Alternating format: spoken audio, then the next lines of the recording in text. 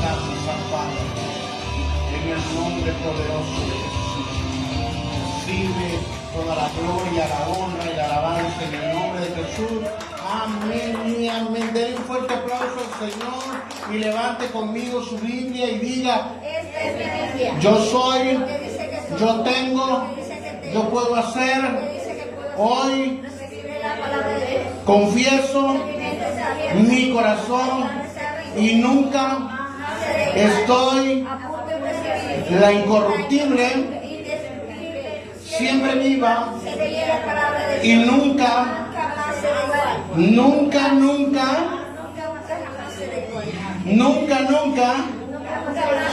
jamás será igual, en el nombre de Jesús. Amén y amén. Den un fuerte aplauso al Señor, que Dios les bendiga, qué bueno que nos acompaña, qué bueno que se conecta con nosotros. ¿Está listo para la palabra del Señor? Amén. Hoy, según el calendario, se celebra el Día del Padre, ¿verdad? Toda la revelación de la Escritura, a través de Génesis hasta el Apocalipsis, tiene un objetivo, tiene una razón de ser. Y es que Dios nos creó con el propósito, diga, con el propósito de adorarle, de tener comunión con Él. Pero algo sucede en el cual se interrumpe esa comunicación. Y todos sabemos que en el Edén, Él convivía en esa comunión con el hombre. Pero a la medida que el hombre desobedece, lo primero que hace el hombre, ¿qué? Cuando dice la Escritura que comen del fruto y se le abren los ojos, entonces el hombre se ve desnudo. Y entonces al verse desnudo le da vergüenza, y entonces al darle vergüenza el hombre procede a esconderse. Entonces la naturaleza del pecado nos separa de Dios y nos hace escondernos de Él. Pero Dios tiene un plan, diga, Dios tiene un plan. Entonces Génesis capítulo 3 verso 15 nos dice que Dios, a través de la simiente de la mujer, levantaría a uno de sus hijos que le aplastaría la cabeza a Satanás, y ese es Jesucristo. Y que a través del sacrificio de Cristo nuestros pecados iban a ser perdonados, íbamos a ser redimidos, pero más que ser perdonados y ser redimidos, y que nosotros podamos tener vida eterna, también es que nosotros volvamos al Padre, que nosotros tengamos esa comunión con Dios. Entonces, cuando estamos hablando de la profecía, estamos hablando de que Dios habla, tiene también un objetivo, y es que como hijos de Dios, lavados por la sangre de nuestro Señor Jesucristo, escuchemos al Padre. El Espíritu Santo nos va a dar convicción de pecado, de juicio, y nos va a redarguir para que nosotros aceptemos y veamos a Cristo como Señor y Salvador, y entonces Él lo podamos ver como un mediador, y que como el Hijo nos va a llevar Entonces toda la revelación está sobre esos términos. Dios quiere restablecer su relación con el hombre. Y si Él tuvo que bajar y morir por nosotros, lo va a hacer, hermano. Y esa idea que viene en la Escritura dice: ¿quién nos podrá separar del amor de Dios? O sea, ¿quién? ¿Qué es lo que estamos pasando? ¿Nos podrá separar de Dios? Ni lo alto, ni lo profundo, ni lo ancho, ni lo largo, ¿verdad? Ni principados, ni potestades, ni nada creado nos separará de Dios. Porque la sangre de Cristo, la obra redentora de Cristo ha sido más que suficiente Así que diga conmigo, el Padre me mandó a buscar. Y el Padre no quería que usted y yo nos perdiésemos. Esa es su perfecta voluntad.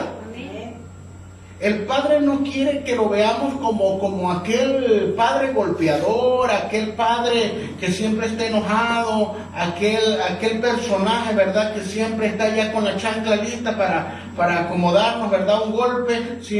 No. La voluntad del Padre siempre ha sido que sus hijos regresen a casa.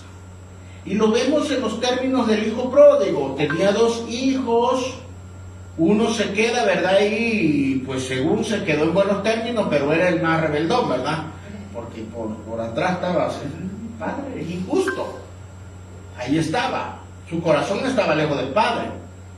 Pero el otro fue más gráfico y se fue, se gastó todo el dinero, se gastó la herencia, anduvo con los cerdos, ¿verdad? Porque nadie les daba de comer, quería ahí robarle la comida a los chanchitos, y los chanchitos peleaban su comida también, ¿verdad? No dejar sin comer. Entonces él reflexiona y dice, ¿qué estoy haciendo aquí? Volveré a la casa de mi padre y le diré, ya no soy digno de ser tu hijo. Vuélveme o conviérteme en uno de tus jornaleros, tal como. Es lo que está diciendo, mira, con que yo esté cerca de ti, tu protección, tenga comida, así yo siga siendo una criatura. Pero el plan de Dios es que cuando vea al hijo, ¿verdad?, y lo está esperando todo el tiempo el Padre, lo ve a lo lejos y él es el primero que sale corriendo a buscar a su hijo. Porque ese es el corazón de él. Ese es el corazón del Padre. El corazón del Padre que sabe que nuestra naturaleza está caída, que nosotros por nuestras propias fuerzas no podemos. Y entonces él sale corriendo. Eso es escandaloso, porque según la cultura judía, pues una persona ya grande, una persona del renombre que tenía, pues esa persona, ese personaje, tenían que esperarlo, ¿verdad? Tenían que doblegarse, tenían que venirle a pedir perdón, porque pues él era el patriarca. Pero muy contrario, la gente se queda asombrado cuando Jesús cuenta esta parábola de Lucas capítulo 15, de que él es el que sale corriendo. Y abraza al hijo y él empieza a caer de rodillas y empieza a llorar y dice, Padre, he pecado contra el cielo, contra ti. Yo vine por ti, porque eres mío. He dado el primer paso. Ya no soy digno de que me llames tú, hijo. ¿Dónde cree que si usted ve a su hijo, ¿verdad?, se equivocó, falló, pero regresa con un corazón arrepentido, no le va a dar una patada? Al contrario, le va a decir, hijo, te he estado esperando, he estado orando por ti. Ese es el corazón del Padre. Y yo sé que como padres, como seres humanos, muchas veces los hijos somos ingratos. Nos queremos ir, nos queremos más inteligentes que los papás, ¿verdad? Yo siempre le decía a mi papá, cuando yo trabaje, cuando yo tenga, cuando, y él se me quedaba viendo y se reía, le decía, eso quiero verlo, me decía.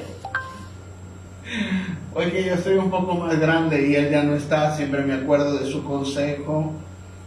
Yo digo, las cosas no son como uno piensa cuando uno está joven. O como dice aquella profecía, los caminos de la vida no son como yo pensaba, no son como yo creía. Entonces el objetivo es que usted pueda sentirse amado por Dios. Que Dios, algunas personas tienen temor de Dios, miedo del malo, ¿verdad? el temor que nosotros le tenemos a Dios es reverente. Y saber que Dios siempre quiere lo mejor para su creación y para sus hijos. De tal manera Dios amó al mundo que envió para destruirle, para pegarle, para torturarlo, para espantarlo, para amenazarlo cada vez que pueda, ¿no, verdad? De tal manera Dios amó al mundo que envió a su Hijo.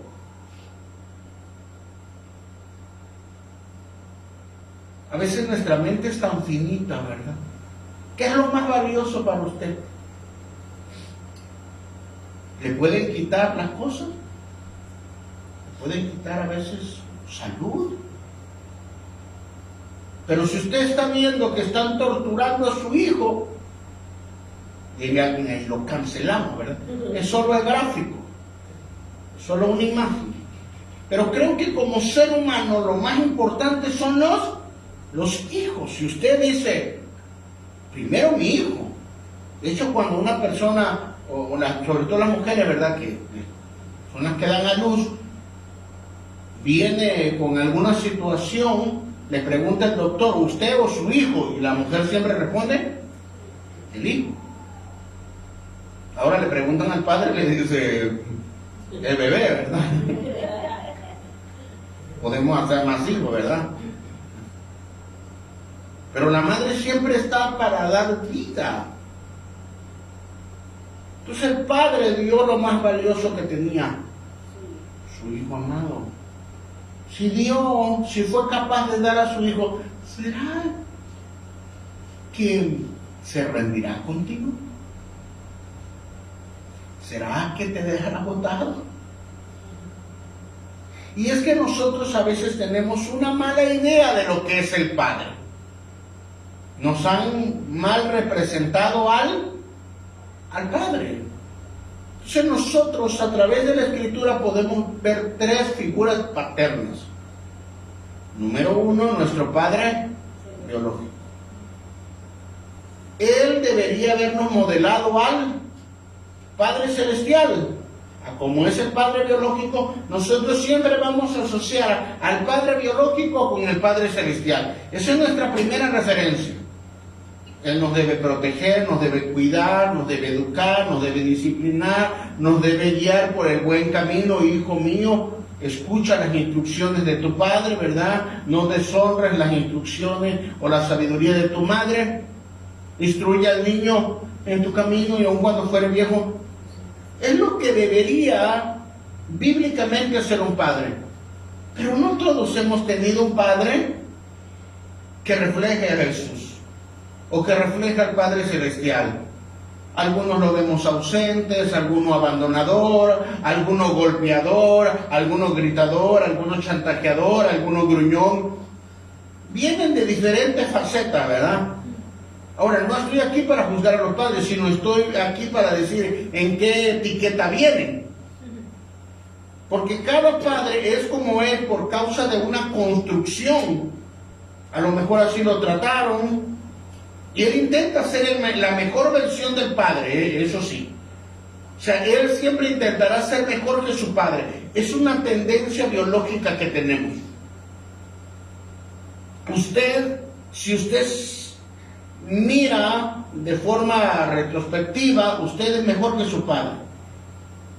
Lo que su padre no le dio, usted sí lo está dando. Porque dice, yo a mis hijos o las personas que están a mi protección, les voy a dar lo que a mí no me dieron. Pero eso no significa que a la medida que avanzamos no hay deficiencias. Y los hijos, que también somos mañosos, pues vemos eso del padre. Mira, el padre no me dio esto, y el padre, y es que dicen, veo por ahí alguien, es que no me dan cariño. No me abrazas, ¿verdad? Que luego viene mi sobrino y dice, y nos quiere andar abrazando. Hija, a nosotros no nos abrazaban. O sea, yo siento raro cuando me abrazan. Pues nos abrazamos, nos besamos, ¿verdad? Pero siento raro, ¿verdad? Porque en mi casa no acostumbrábamos eso. No estoy diciendo que es lo correcto, ¿verdad? Estoy diciendo que yo fui formado en ese ámbito. Entonces, cuando nosotros vemos al Padre, vemos un Padre que sí te bendice, vemos un Padre que sí te da, que sí te cuida, que sí te provee, pero no te da esas palabras de afirmación. Que cuando estamos muy cariñosos, ¿verdad? Los hijos dicen, aléjate de mí. Ya fue demasiada dulzura, ¿verdad? Porque eres hombre, sobre todo aquí en la cultura mexicana. Y a veces vemos un padre ausente, un padre que abandona, un padre golpeador, un padre que no es proveedor, y nosotros vemos a Dios y decimos, ¿será que me vas a proveer? En realidad lo que está reflejando es al padre biológico. Por eso dudamos, ¿será que nos vas a proveer? Si nosotros hubiésemos tenido un padre que provee, rápido le creemos, él es proveedor, porque mi padre me provee. Eres un padre protector, porque mi padre me protegió. Pero si nosotros vemos un padre ausente, golpeador, abusivo, entonces nosotros vamos a tener ese recelo, esa resistencia cuando nos presenten al Padre Celestial. Así que está una persona en una campaña y le dicen que se acerque, todo estuvo bien, hay milagros, hay señales, el poder de Dios se manifestó, Él sanó, todo eso, pero le dicen, acérquese, ya terminó la campaña, ¿quieren ustedes recibir a Jesús? Y entonces la persona se vuelve así como loca. Le empieza a dar nervios, le empieza a dar ansiedad y le dice, pase para recibir a Jesús. No, yo no voy a recibir a Jesús. Pero es el que lo sanó. No, yo no. Aquí déjeme vivir. Pero es Dios, reciba a Jesús. No. Pero ¿por qué no quiere recibir a Jesús? Es que mi padre se llamaba Jesús. Era el que me pegaba. Era el que me amarraba. Era cuando venía borracho, yo veía cómo destruía todas las cosas. Entonces él asociaba a Jesús biológico, a su padre biológico, con Jesucristo. Y a veces esa imagen se nos queda en nuestra mente. Y por eso, cuando nosotros no tenemos un padre natural, Dios se encarga de mostrarnos figuras de autoridad. Diga figuras de autoridad. Las figuras de autoridad no son para imponer temor ni miedo, ni que uno esté así aplastado por su autoridad. Las autoridades que Dios nos pone es para modelar al Padre. Y dentro de los pastores o líderes que nos van a tocar a lo largo de la vida, ¿verdad? Algunos dicen, yo llegué con mi pastor y él será mi pastor hasta que yo muera, ¿verdad? Algunos ya tienen una colección de pastores, ¿verdad? 4 o 5, ¿verdad? En la pared. Un predicador decía, cuando fallezca, quién sabe a qué pastor hay que pedirle que le haga el servicio. El punto es que el Padre Celestial es modelado, si no es modelado por el Padre biológico, tendrá que ser modelado por el Padre espiritual. Yo sé que esta controversia del Padre espiritual se ha dado mucho porque también, al igual que el Padre biológico, han habido cada Padre espiritual abusivo. El Padre espiritual, aunque no tiene los mismos términos de el Padre biológico, que lo cría, que lo cuida, que lo provee, sí, un padre o un pastor, un líder o un mentor espiritual tiene el objetivo de modelar al Padre. ¿Cómo lo va a modelar? A través de su carácter. Y es que debe ser una persona, según dice Gálatas, ¿verdad? Capítulo 5, que haya trabajado Dios con él en el fruto del Espíritu. Amor, paciencia, benignidad, templanza, mansedumbre. Y ellos nos van a enseñar la palabra de Dios y nos van a mostrar al Padre. Pero también surge algo parecido que el Padre biológico. Dios está trabajando con el Padre espiritual, o llámese pastor o llámese líder. Y tampoco es perfecto, ¿verdad? Entonces usted va a ver sus defectos del Padre o del pastor. Y hay algunos que sí son muy abusivos. Algunos que tienen sometida a la iglesia. Algunos que ellos creen que la iglesia es de ellos, la gente es de ellos. Explotan a la gente, manipulan a la gente, maldicen a la gente. Entonces, la pregunta sería, ¿eso está modelando al Padre Celestial? No. Entonces, una persona que de por sí ya viene con una deficiencia de un padre y se encuentra con un líder así, pues mucho menos va a ver al Padre Celestial, ¿verdad? Porque se dice, si el hombre de Dios es así, entonces el Padre que no vemos, ¿verdad?, es peor. Pero nosotros simplemente somos líderes, mentores, padres normales, biológicos, caídos. Cuando una persona no ha tenido ni un padre biológico, ni un padre espiritual, lo quiero usar en esos términos por causa del día y por causa de la terminología que estoy usando. Cuando no hemos tenido ni un padre biológico ni un padre espiritual, Dios mismo se hace cargo de usted. Y eso es lo precioso. Aunque mi padre y mi madre me dejaran con todo eso, y el Señor me recogerá. Él es el protector de viudas, de huérfanos, del desvalido, del extranjero y del pobre. Entonces, cuando nosotros no tenemos una autoridad protectora,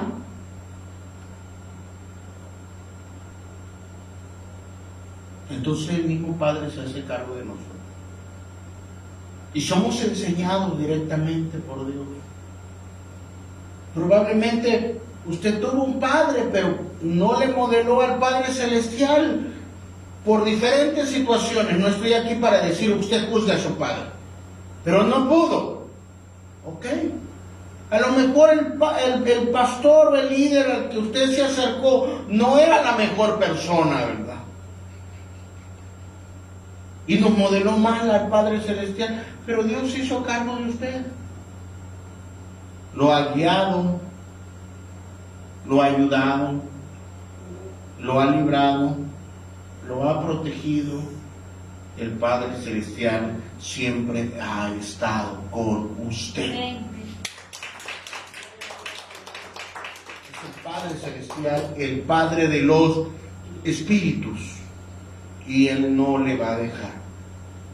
Tengo una noticia hoy. Él envió a su Hijo amado Jesucristo para que no se pierda y tenga vida eterna, para que usted regrese a la comunión con el Padre. Y por eso, aunque nadie le enseñó a lo mejor su padre biológico, ni su padre espiritual o pastor, no les enseñaron ciertas cosas, usted las sabe. ¿Por qué soy bondadoso? O sea, ¿por qué soy bondadoso? Si no tuve un modelo. Es que el Padre Celestial enseñó. ¿Por qué perdono a la gente ahí? Parece que hay características que nosotros no deberíamos tener, porque nadie nos las enseñó. Seríamos como, quiero usar ese término con todo respeto, ¿verdad? Alguna criatura que está en el monte, que está a la deriva, a su instinto, y usted intenta agarrarlo, y ¿cómo están? Hay caballos salvajes, ¿verdad? Y usted intenta montarlo y ¡ay, Dios mío!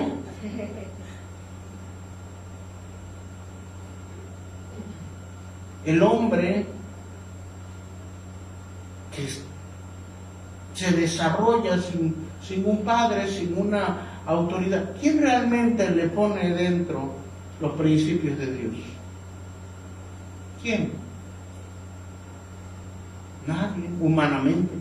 Entonces, ¿por qué hay personas que dicen, yo tampoco tuve padre, yo tampoco he ido a una iglesia, pero me he mantenido recto, me he mantenido en ciertas situaciones.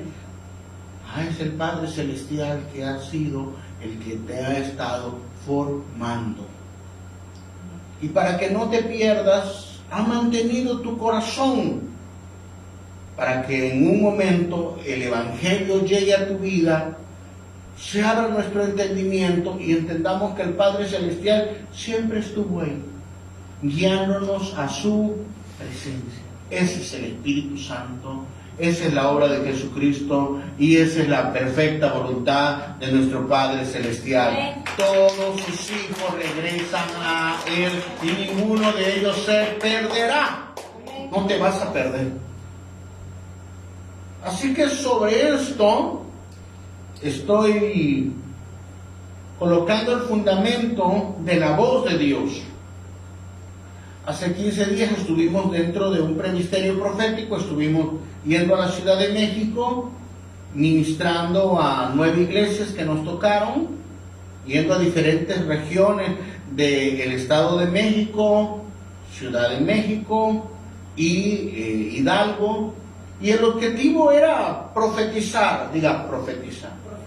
Entonces, ¿qué es la profecía? La profecía es la voz de Dios. La profecía es el comunicado de Dios.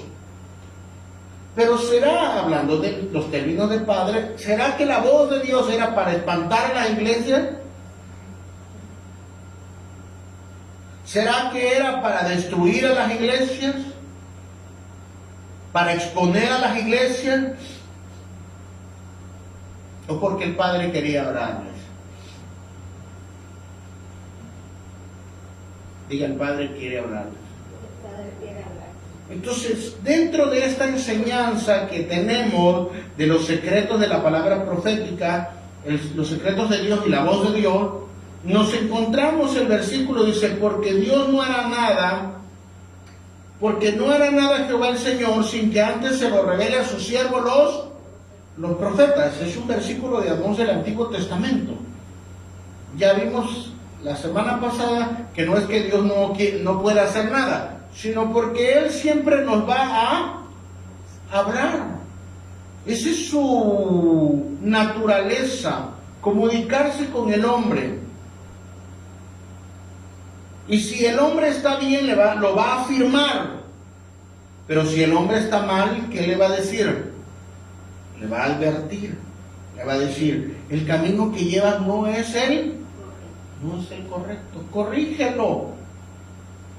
Cuando nosotros vimos el Salmo 126, recuerde que en la primera deportación, allá por el 500, la ciudad se encontraba bien, el rey se encontraba bien, había riqueza, había prosperidad, pero había idolatría. Entonces, ¿qué quiere decir? Que en lo físico estaban muy bien, prosperando, haciendo proyectos, teniendo todo eso en cuenta, y Dios estaba en el asunto. Pero ellos se habían apartado de Dios en lo espiritual.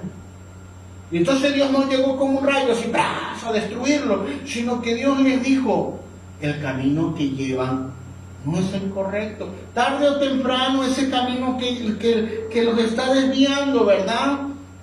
Esas pequeñas zorras que los van desviando, van a terminar muy mal. ¿Le hicieron caso? No. Bueno, vino la primera deportación, se llevaron a Daniel. Como no respondieron a la advertencia, la segunda advertencia fue en la segunda deportación y se llevaron a Ezequiel. Pero ya vinieron a quemar, ya vinieron a llevarse los utensilios del templo. Ya fue más difícil. Y finalmente se lo llevaron a todos. En la tercera deportación quemaron todo, quemaron el templo, destruyeron completamente todo, y destruyeron casas, castillos, todo lo demás. La voz de Dios no viene para atemorizarnos, y ese quiero que pueda ser una premisa para nosotros. Cuando nosotros escuchamos una profecía, no tiene que atemorizarnos. Nos tiene que despertar la conciencia de dónde estamos, qué es lo que hicimos y hacia dónde nos dirigimos. Y esa profecía debe ser impartida a nuestro espíritu para que renueve nuestra mente, para que nosotros hagamos. Diga, impartido al espíritu, renueve nuestra mente y caminemos. Entonces, la profecía no es, ¿la que sigue, por favor? No es un espectáculo. La profecía no es un espectáculo, no es algo emocional que diga, ¿cuántas profecías tiene acumulado usted? Yo tengo más, yo voy a hacer más. Hay gente que dice, no, tu profecía es de segunda categoría. Porque a mí me dieron una profecía más grande. Yo voy a ir a las naciones y se escucha cada año. Pero ¿cuál es el objetivo de la profecía? El objetivo de la profecía es que Dios te está hablando. El Padre te está hablando, te está comunicando algo que ya está en la Escritura. Entonces, si nosotros vemos el siglo I, vamos a ver 3 términos. Información, realidad y verdad. Diga, información, realidad y verdad.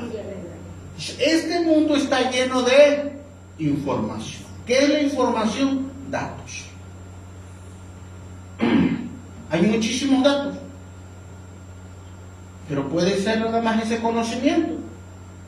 Hay 8.000 millones de personas. ¿Y eso qué? Es un dato. ¿A qué le sirve usted? 8.000 millones de personas son mías. Y yo se lo puedo decir y se lo puedo escribir y usted dice, qué bueno, pastor, y yo le bendiga y nos vemos, ¿verdad? Es un dato. Hoy más que nunca con internet tenemos muchos. Nuestra mente está con las redes sociales llenas de datos. Por ejemplo, usted abre el Facebook y usted quiere averiguar a alguien, ¿verdad? Y usted en realidad está revisando sus datos, ¿verdad? Cómo se viste, qué es lo que tiene. Ya usted más o menos con esos datos hace una interpretación, que es un cálculo. Esta persona le va bien, le va mal. Uno sabe cuando ya una persona está en depresión, ¿verdad? Empieza a escribir ahí en su... Anda feliz, anda alegre, anda reflexivo, anda poético también, ¿verdad? Entonces, ¿qué es lo que estamos viendo? Una información. También hay informaciones que desvirtúan la realidad, que es el segundo término. Puede haber muchos términos, pero ¿cuál es la realidad? Y la realidad se percibe por los sentidos. ¿Cuál es la realidad? ¿Cuáles son las circunstancias que están pasando en su vida, en su casa, en su familia, en la ciudad, en el país, en la economía, en la política, en la relación de iglesia con el Padre Celestial, en la relación de la iglesia con el mundo natural? ¿Cuál es esa realidad? Denme datos. Mire, yo le voy a dar datos. Más del 40% de los pastores ha pensado renunciar al ministerio. Y quiere dejar las iglesias y no pastorear porque hay feligreses maleantes, ¿verdad? Y ellos dicen, yo mejor me voy a trabajar secularmente y dejo la iglesia. Cuando el 35% de los pastores se le ha pasado por su mente suicidarse, son datos. Son datos. Esa es la voz que escuchan todos los días esos pastores, esos líderes. Pero usted dice, bueno, un pastor que se quiere suicidar, bueno, todo pasa. Porque yo no estoy pasando esa realidad yo no estoy pasando esa circunstancia. ¿Cuál es la circunstancia de este mundo? Segunda de Timoteo capítulo 3, en los últimos días, dice el Espíritu Santo, vendrán tiempos peligrosos. Esa es la realidad que tenemos. Así que tenemos datos de muchachos que entran dentro de las escuelas y matan a sus maestros, matan a sus compañeros. Tenemos datos de la maldad, la perversidad, los diferentes tipos de ideologías, de pensamientos que se quieren imponer en la sociedad para poder cada día ser más libertinos. Esa es cada día queremos ser más libertinos, ¿no? En otras palabras, no queremos que nadie nos diga nada y queremos hacer lo que nos pegue la regalada gana. Sí, pero eso tiene una consecuencia. ¿Cuál es la consecuencia? Nos alejamos de la verdad. Entonces la verdad es aquella que es el fundamento, aquella que se establece conforme a lo que Él es. Diga, la verdad es la autenticidad, es la conformidad con lo que Él es. O sea, la verdad no es un concepto, la verdad es una persona. La verdad es Jesús. La verdad es Cristo. Esa es la verdad. Él lo dijo en Juan, yo soy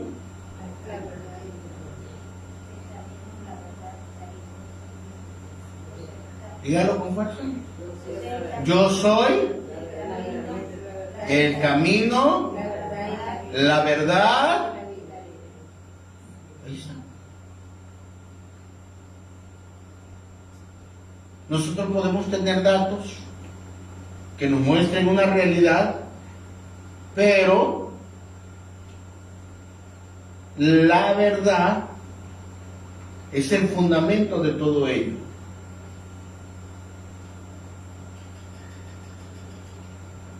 Entonces Dios le dice al pueblo de Israel, me los voy a llevar cautivos. Es un dato. ¿Cuánto me los voy a llevar? 70 años. Es un dato. A usted le dice 70 años, ¿qué le dice? Nada, 70 años me va a llevar cautivo. Sí, ya. No les ha caído no les ha caído el 20. Porque eso consiste la palabra de Dios, en eso consiste la profecía. La profecía más segura es la palabra de Dios que nos aconseja y es útil para enseñar al hombre de Dios a fin de que pueda ser perfecto, a la estatura del varón perfecto, Cristo Jesús. No es una amenaza esta palabra. Entonces nos dice, honra a tu padre y a tu madre para que te vaya bien. Ay, no lo voy a... Si usted sabe cómo fue mi padre, no te está preguntando. Te está dando un dato de conocimiento, de sabiduría. Honra a tu padre y a tu madre, y el resultado es que te va a ir bien. Entonces, por cuanto ustedes siguen una tendencia equivocada, se los llevarán cautivos 70 años. Estoy hablando de la profecía de Jeremías. Y ellos se encuentran en la mejor etapa. Ellos están prósperos, su ciudad está amurallada, reconstruyeron Ariete, llevan una economía muy buena. Entonces dice, el pastor está loco, peguémosle. Porque eso fue lo que hicieron con Jeremías, le pegaron. Y Jeremías le estaba diciendo, miren, no es que ustedes estén pobres, no es que ustedes no estén prosperando, es que ustedes tienen una tendencia a que cada vez se está alejando más de Dios. Recompongan el camino, peguémosle, metámoslo a un pozo, ¿verdad?, de lodo. Porque Jeremías les estaba para ellos dando un dato que no cuadraba con su mente. Ahora, después del dato que quería Dios que estuviera en su mente, iba a venir la realidad. Y es que esa prosperidad fue pasajera cuando llegó el imperio asirio y los rodeó, cuando los sometió,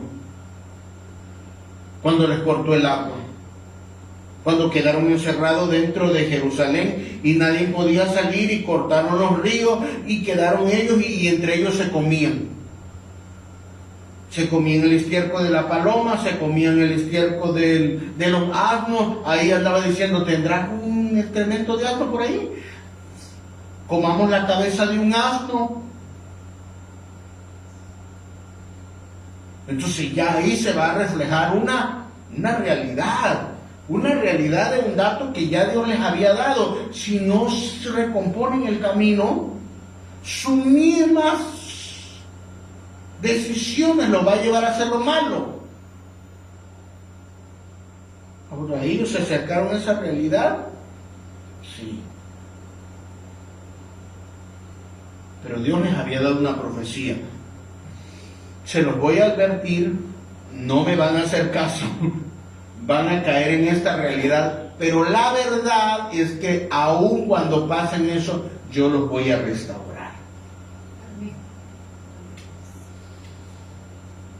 La verdad es la profecía del Espíritu Santo para tu vida cuando dice, yo ya vi tu final.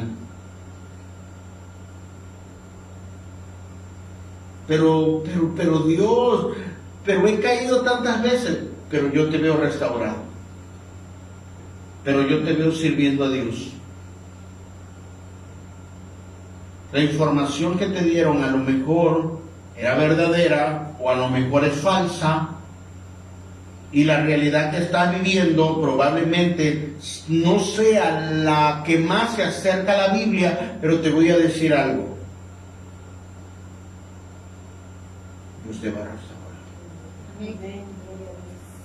Si alguien pudiese profetizarle al hijo pródigo ahí con los cerdos, él no se ve con papá, pero alguien pudiese llegar y decir, te veo de nuevo que regresas a casa y el padre te recibe.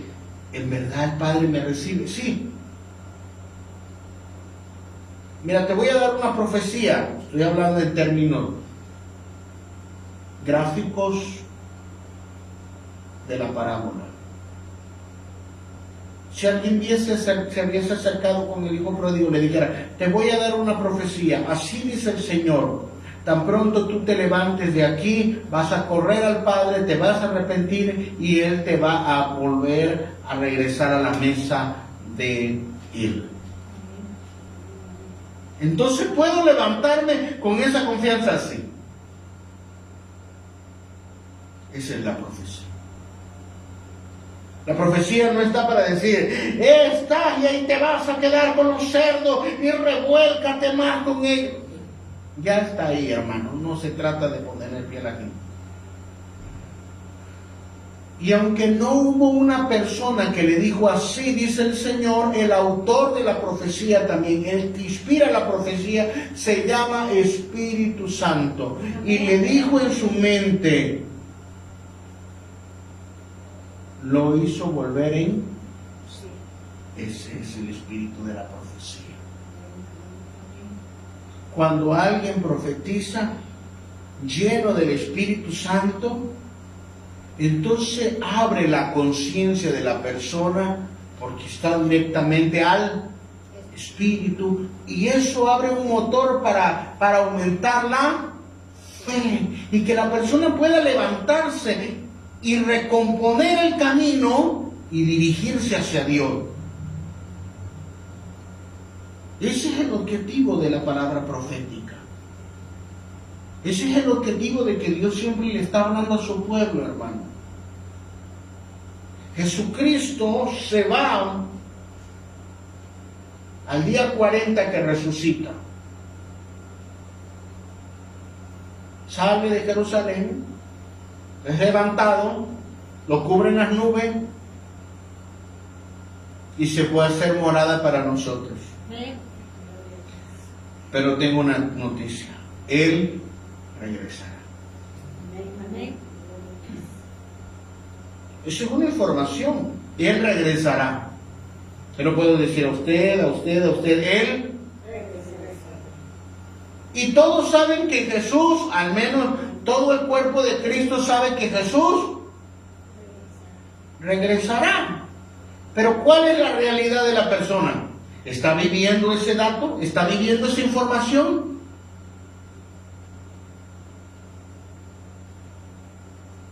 Usted está viviendo con esa información de que Jesús volverá. Por lo tanto, usted se tiene que comportar y buscar a Dios con todo su corazón, porque Él puede venir hoy, más al ratito, en la noche, en la madrugada o mañana, o viendo el partido de fútbol el miércoles.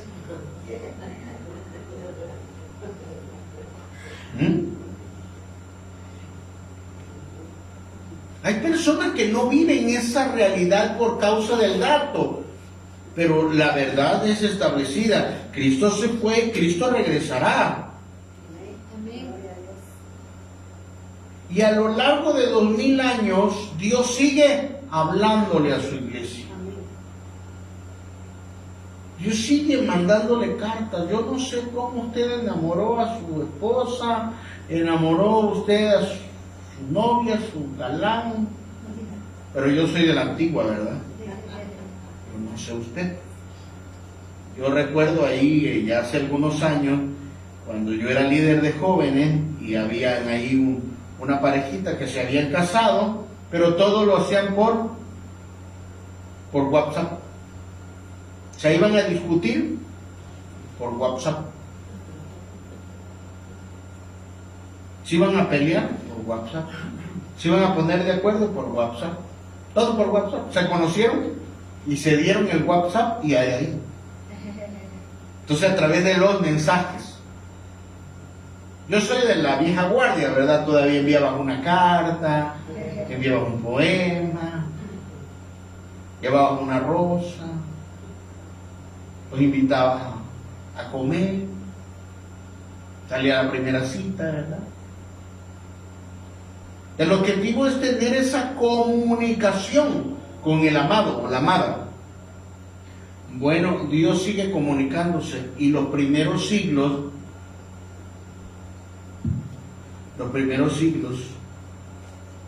envió cartas. Esa es la voz profética de Dios.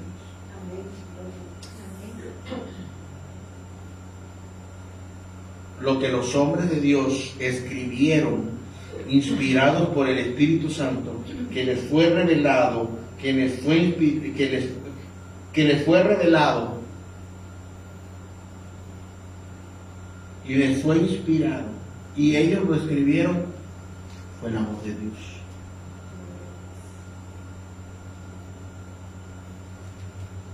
Que a lo largo del primer siglo la iglesia primitiva lo pudo unir, recapitular todas esas cartas de lo que Dios le decía a la iglesia, y después de algunos siglos, en el 326, que es el de Niceno, Constantinopolitano,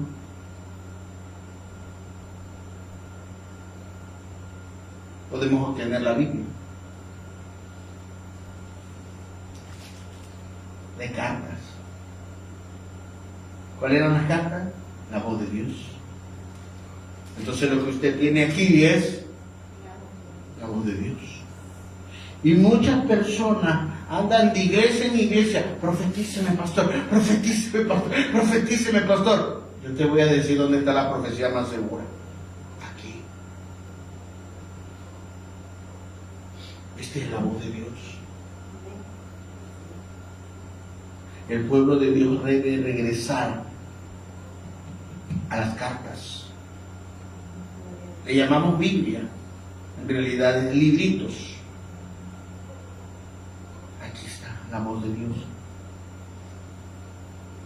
Y es por eso que cuando tú la lees, el Espíritu Santo empieza a remover, empieza a impactarte el espíritu, y esa voz de Dios hace eco en tu espíritu, sube a tu mente, redarguye tu corazón, y entonces recobramos el camino, porque es la profecía más segura.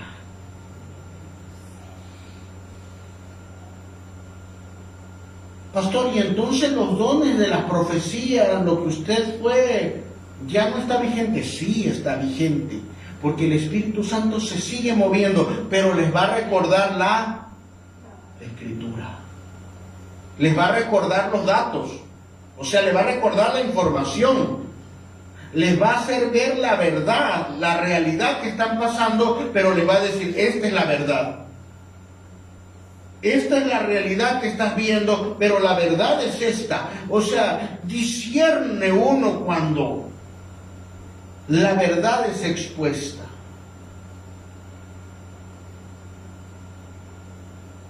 Cuando nos es revelado.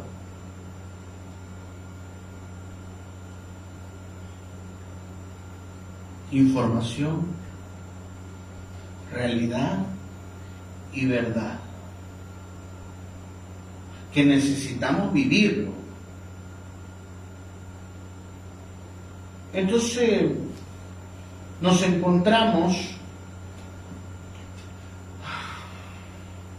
en ese presbiterio y empezamos a orar por las personas y le dicen, súbanla. Y le ponen una silla a una persona, una pareja. Nosotros no sabemos quiénes son. Y empezamos a orar para que Dios nos dé una palabra para ellos. Recuerde que una palabra de exhortación, consolación y edificación, no de destrucción, ¿verdad? Creo que entendemos hacia dónde voy. Sienta la persona. Y uno de los profetas ve a una mujer y le dice, estoy teniendo una visión. Y le pasan el micrófono. Adelante. Veo como un tubo se introduce en tu corazón. Eso es un dato. Eso es un dato. El don de ciencia. Está revelando algo conciso, una información, pero ¿qué te sirve esa información? Entonces con ese dato suelta la profecía. Y le dice, tú estuviste pasando una situación del corazón. Y Dios te dice que te dejó viva para que le puedas seguir sirviendo. Ahora usted se lo dice y dice, bueno, ¿usted qué? A lo mejor el profeta comió tacos de cochinita, ¿verdad? Pero recuerda estos 3 puntos: información, realidad y verdad. Porque cuando la profecía viene de parte del Espíritu Santo, es tan precisa y tan concisa que va a llegar aquí, al Espíritu. Y entonces la persona empieza a llorar, se le ministra y cae al suelo ahí y empezamos a orar. Hay otras palabras proféticas y órale, regrese a su lugar, ¿no? Pero nosotros nos quedamos ahí porque en eso consiste el don de ciencia, en eso consiste la unción, en eso consiste la profecía, pero nosotros no sabemos nada. Hasta que las personas vienen y nos confirman que la palabra ha venido del Señor. Y que esa persona la habían operado del corazón. Así que la visión que tuvo la profeta era verdadera, era una información. Y que había pasado un tiempo difícil por causa de ese malestar. Esa era la realidad, no la podíamos negar. Había pasado un lapso en el cual tuvieron que hacer pues análisis, diagnósticos, todo tipo de estudios, y finalmente la tuvieron que operar. Pero la verdad es que Dios no la dejó morir porque hay un propósito. Y es que ella había dicho, Señor, si tú me sanas, yo te voy a seguir sirviendo. Y esa era la profecía. Te dejé viva para que me sigas sirviendo. específicamente para esa persona. Si se lo decimos a otra persona, no tiene el impacto porque la otra persona no cooperará. No tiene nada que ver. Entonces, la voz de Dios va a ser particularmente para tu vida y te va a impactar a ti. Por eso la profecía no es un espectáculo. Es Dios hablando al corazón de cada uno de los del cuerpo de Cristo, alentándolos, cuidándolos, ayudándolos, restaurándolos, dándole ánimo. Ese es el espíritu de la profecía. Exhortar, consolar y edificar. ¿Se ha malinterpretado muchas veces la profecía? Sí, hermano, se ha. La gente ha querido sacar dinero de esto, sí, hermano. Hay gente que según profetiza, pero no, en realidad te buscó primero en el Face, dice nuestro profeta líder, ¿verdad? ¿A dónde voy a ir? A la iglesia de León. Vamos a buscar la página de León. Y ahí veo cuántos miembros. Ahí llega fulano, vamos a buscarlo. Y te investigan. Entonces ya cuando lleguen es porque ya te investigaron. Y ya te profetizan, ¿verdad? O cosas generales. Así dice el Señor, Dios te va a bendecir. Todo Dios nos va a bendecir, ¿verdad? Tú tienes un llamado. Todos tenemos un llamado. Cristo murió por ti. Sí, si tú eres nacido de nuevo, Cristo murió por ti. Pero la profecía personal, en este caso de los presbiterios, son tan precisas que no hay duda de que Dios está en el asunto. Hoy en las redes sociales se ha atacado mucho esto, en que digan que la profecía ministrativa ya no es válida. Quizá porque ha habido muchos abusos, sí, pero como ministro, como hombre de Dios, como iglesia del Señor sana, yo tengo que enseñar que la voz de Dios sigue vigente. El Padre sigue hablando, les va a seguir hablando y creo que les va a hablar cada vez más fuerte. Yo platicaba con un hombre de Dios en este presbiterio y decía, muchos líderes, pastores, le dicen a la iglesia que ya los dones ya no están funcionando. ¿Por qué? Porque si todos empiezan a escuchar la voz de Dios, ya no van a necesitar al pastor. Y ellos tienen miedo, tienen miedo de perder el control. Pero aquí no se trata de controlar a nadie. Aquí se trata de que todos escuchen a Dios, ¿verdad? Amén.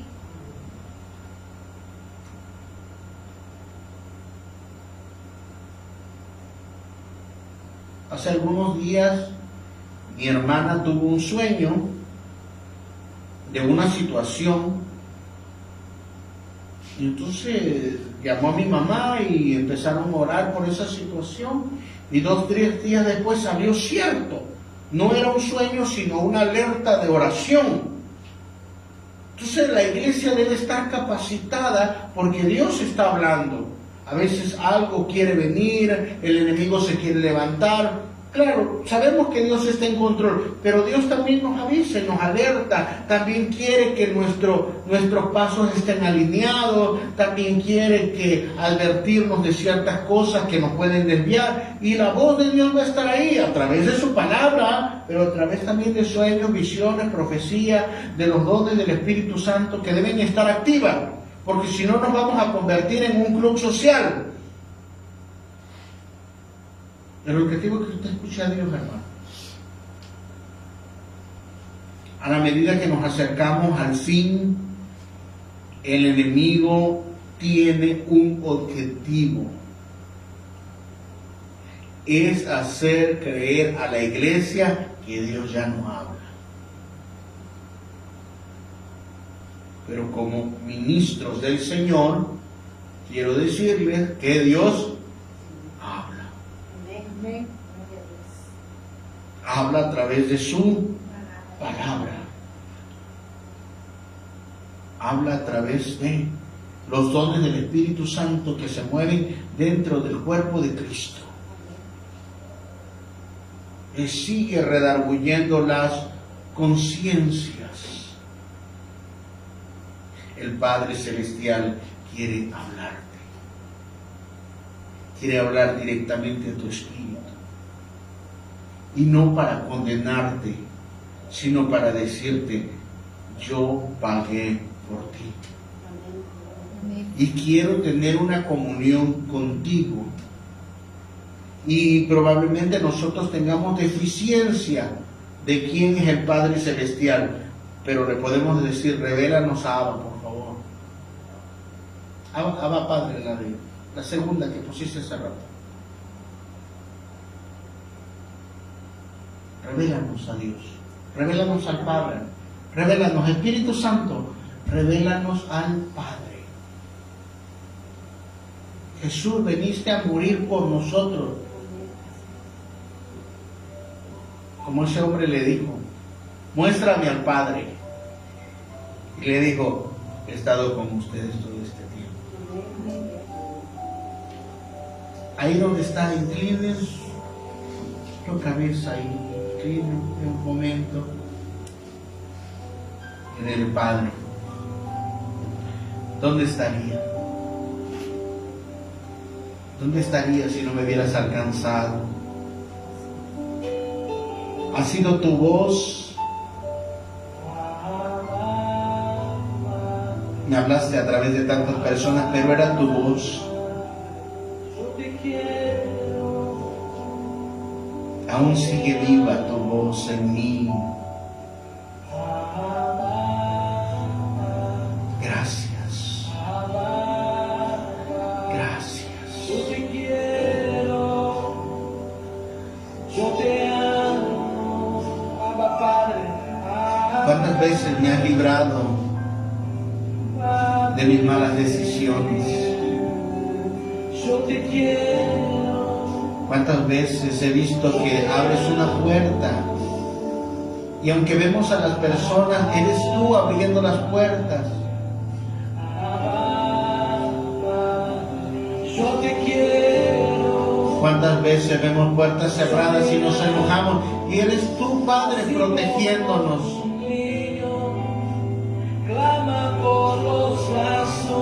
Más allá de la realidad, permítenos ver la verdad. Permítenos ver la verdad, permítenos ver la verdad. Así como un niño clama por los brazos de su padre. Permítenos ver la verdad. Así clamo por ti. La voz de Dios abraza, la voz de Dios restaura, la voz de Dios balbucea por los brazos de su padre. Así lo hago por ti. Así lo hago por ti, así como un niño balbucea por los brazos de su padre. Así lo hago. Mira al Padre Celestial. Así lo hago por ti. Que te dice, te he perdonado. Vengo a levantarte. Vengo a restaurarte. Yo te quiero.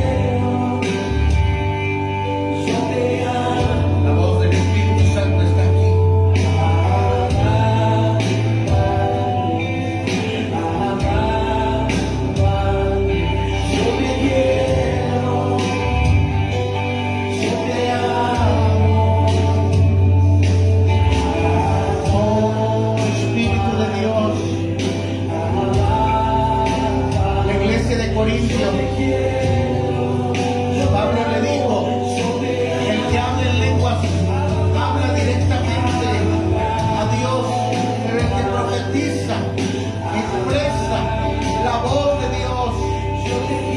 En este día,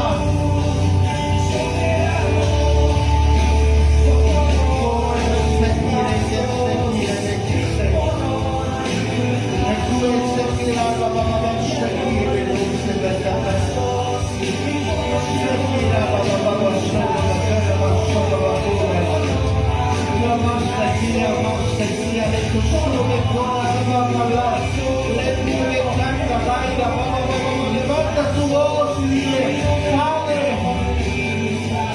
no me dejaste en mi realidad, no me dejaste en mi circunstancia. La verdad es que tú has sido tu amado por mí. Gracias, gracias, gracias, que no lo merecía.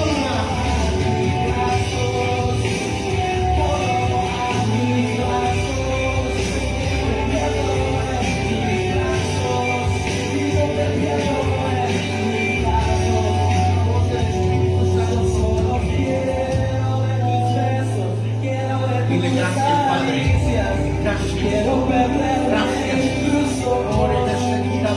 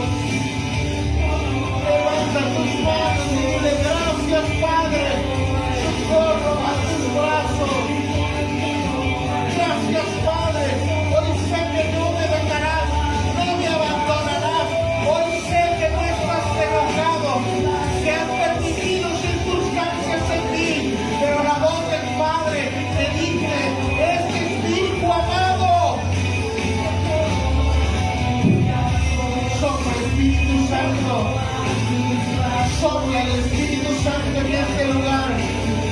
Sopla, sopla, sopla en el nombre poderoso de Jesús. Gracias, Jesús. Gracias por mostrarnos al Padre. Gracias, Espíritu Santo. Llévanos a Jesús. Oh Padre, Padre Santo.